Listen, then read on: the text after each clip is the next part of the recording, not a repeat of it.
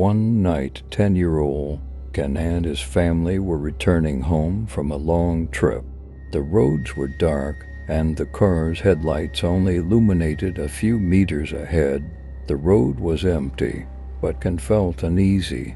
He was sitting in the back seat and had the strange feeling that something might jump out from every corner. Suddenly, the car shook slightly. His father whispered, "Did we hit something?" His mother replied, "Maybe it was a small animal, just forget it." But Ken wasn't so sure.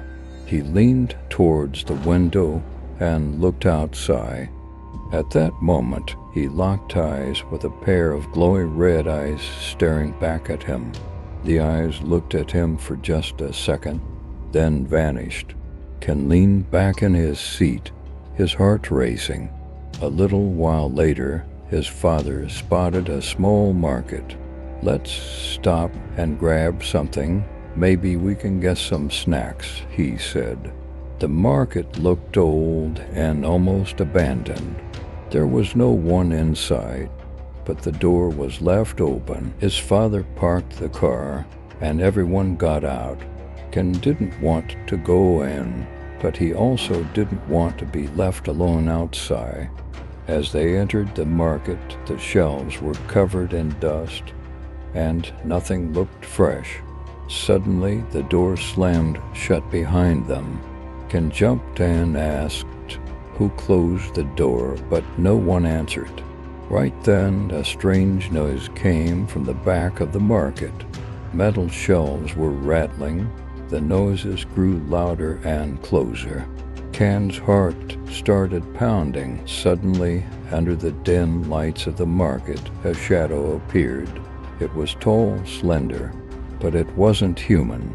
Ken held his breath.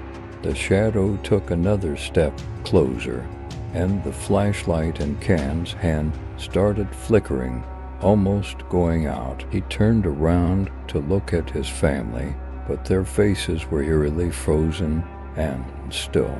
"Mom, Dad," he called out, but they didn't move. They stood there like statues. A chill ran down Ken's spine. As the shadow crept closer, all the lights in the market suddenly went out. At that moment, the front door of the market burst open with a loud bang. The shadow lunged towards Ken, but he ran with all his might toward the door. As he sprinted to the car, he could feel the cold breath of the shadow on the back of his neck. He reached the door and threw himself outside.